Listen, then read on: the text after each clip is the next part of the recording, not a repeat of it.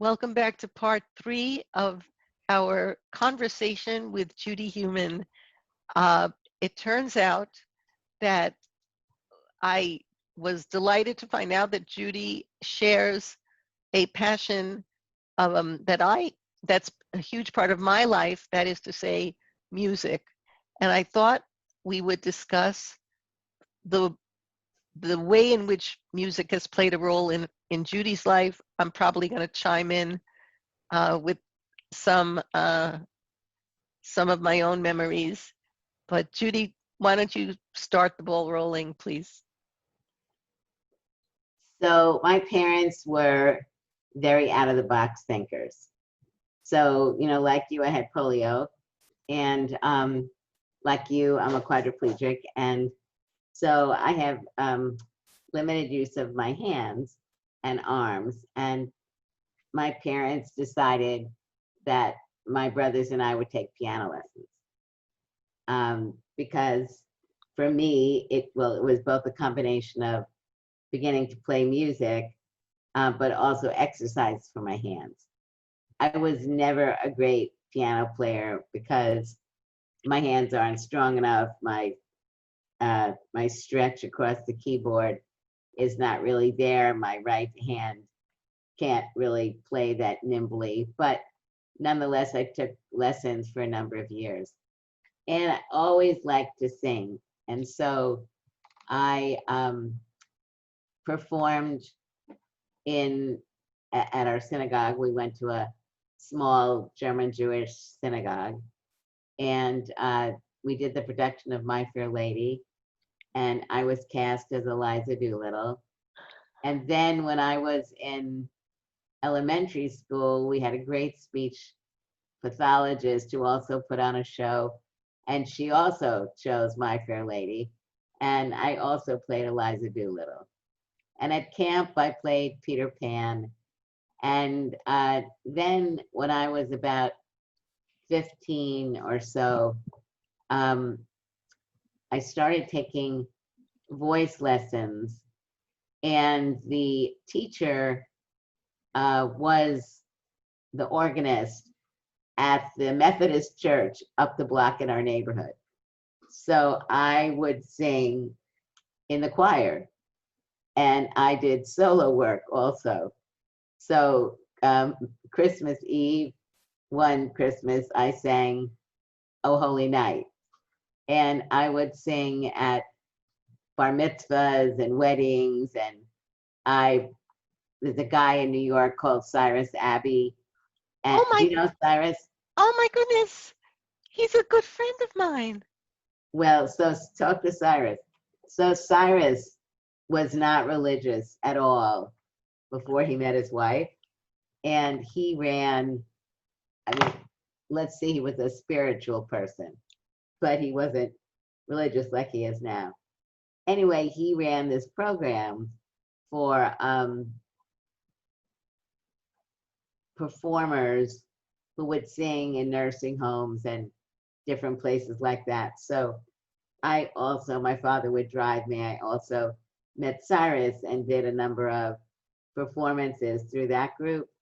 And I took voice lessons from Dr. Dwyer until I left New York in 1973. And I loved singing. I sang at the Waldorf Astoria for an organization that focused on disability, and I was one of the performers. And I actually applied to Juilliard when I was like 18, and had an audition, and they suggested that I come another year later. I wore braces at that time, long leg braces with a night spinal. And after I left New York, I didn't take singing lessons anymore. And I think it was always, something that I've regretted. But one of the reasons I like going to synagogue is because, there's a lot of singing at synagogue.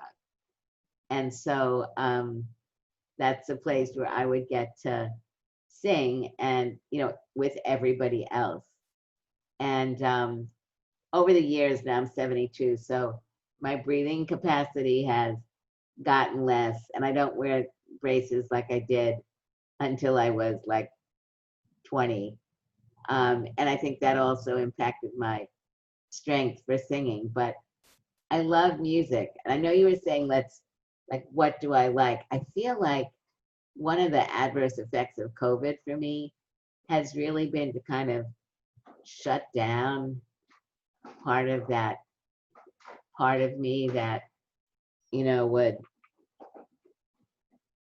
go to the opera, go to musicals, things like that. And I know I need to get back into it. And because I'm not going to synagogue now, we do stuff online, but it's not the same for me. No. So, but I love music, and I love the emotional connection that I get to certain kinds of songs. I used to sing folk music, light opera, musicals. Yeah. No. At the Waldorf Astoria, do you remember I what don't you? remember what I sang. I'm curious, but I will say, by the way, that I think you might know that this podcast, Breathtaking, is largely devoted to music that takes my breath away. And you're always welcome to listen in. Right now, this week, we are focusing on the brilliant lyrics of Noel Coward, Wow. and looking at both the hilarious part of his work, incredibly hilarious, funny stuff. But then the episode that's coming up now today is really talking about indirectly about his disenfranchised life as a person who never publicly acknowledged his homosexuality. He Right. lived in England, and in the 30s, 40s, 50s, even 60s, it was a criminal offense. You literally could be imprisoned or worse. So I've been able to find songs that I feel are, in most cases, indirectly, but in some cases directly addressing that part of his disenfranchisement. But that's just an example. But the point is, you're always welcome to listen in, because next I week will. is called "Don't Hold Your Breath," but it's about songs that require incredible Breath holding of the control. breath, like "Knock Your Socks Off" songs. But anyway, I wanted to say, um, on my end, about music, that I've searched and searched for songs that deal with people with disabilities, and the only one that I really love and like feel deserves to be out there is, it's talking blues. So I'll just quote the line, right? It goes, I went for a jog in the city air. I met a woman in a wheelchair. I said, I'm sorry to see that you're handicapped. She said, what makes you think a thing like that?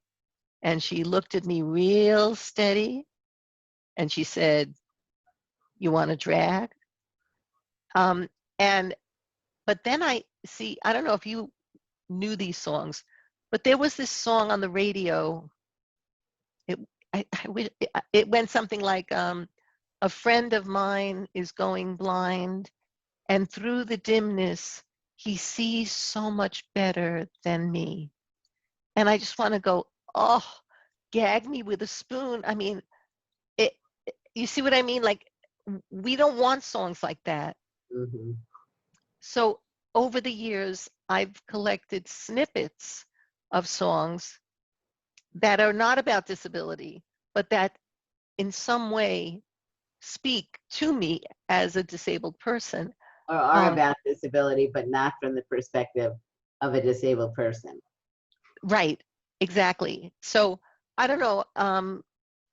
Would it be all right if late? I'll just throw one out. I know we've sort of talked about it, and if there's something, whether it's I know from the synagogue or from the We could radio. play with Vincent the Okay. song. Yeah. Do you So want to try? How do you want to start? I'll follow you. okay, so first we both like the song Vincent, a beautiful song by Don McLean. He wrote it, I believe, in the early 70s, and it's about Vincent van Gogh, great painter, who many people considered crazy, and also not talented. Of course, history has proven them wrong on that front. Um, and I don't know, Judy, I'm thinking really it's the part in the middle. I mean, that maybe you Now I want to sing, understand. yeah, you want to sing it with me Together. together? Okay. So, now I Now I under, understand. wait, You go I'll first. get Go your ahead. You key. go. You No, go. you do your key and I'll follow. Now I under. No, you go first. Go ahead. Oh my God, your No. audience. I'm Oh, so sorry. Go it, ahead. okay. I have a little bit of a higher, I'm going to go up an octave. Here we go. Um, now I understand what you What you tried tried to to say say to to me, me, and and how how you you suffered suffered for for your your sanity, sanity, and how and you how you tried tried to to set set them them free. free. They would They not would not listen. listen. They did They not did not know know how. how. Perhaps Perhaps they'll they'll listen listen now. now. So I felt that Now. line about how you suffered for your sanity was it was an anchor. It literally kept me at a time when that song came out. I was in my early 20s, and around me in my world, the Orthodox Jewish world, people my age were getting married. And I naturally assumed I would get married too. I was raised to think that I would have all those things that other people had. And people began to say quite bluntly that they thought I was completely, maybe they wouldn't use the word crazy, but that I was totally living in a la la land, and I have to learn to be realistic. And it was very, very painful time in my life. And then this song came along, and that Ah, line, how you suffered for your sanity, what it meant for me was, Javi, you are not insane. The world is insane. They're the ones that have it all wrong. And you stick with what you know to be true. yeah, it's great. And it's one of the wonderful things about music, the words, the melodies, and the emotion that it can stir within you. That's one of the reasons why, you know, it, um, just thinking about this, makes you emotional, makes me emotional. And in a way that I feel like I frequently can't really do. Music does bring those emotional feelings out. Yeah. I think this has been great doing this with you. No, I think it's it's wonderful. it's really Uh, been delightful yeah, and powerful. yeah. And I'm going to get more into music again. I And I'll definitely listen to your podcasts. I want to say that, as I mentioned, I'm planning to do a kind of a PS podcast. Usually there are 3 a week, but when ours come out, I'm going to have a fourth one. And if you don't have to tell me now, but if you email me several songs that just speak to you, um, and even even if it's not about disability, somehow it resonates in you as a disabled person, I would like to include 1 or 2 songs that come from you, if that's acceptable to you. Okay, great. Great. So again, this has been a delight. I want to thank you for your time and I your want to wisdom. thank you for asking me. I want to thank you for doing these programs. It's great. See, I'm I can having a, cry all through this program. I'm It's great. having a, Thank I'm you. having a great time doing it, and this is absolutely the highlight of all of this. I think I've done 60 by now. This is absolutely the highlight. Thank you, Judy. Thank you, Chava, so much. Okay, take Bye, care. everybody. See you again. Bye bye. Thank you.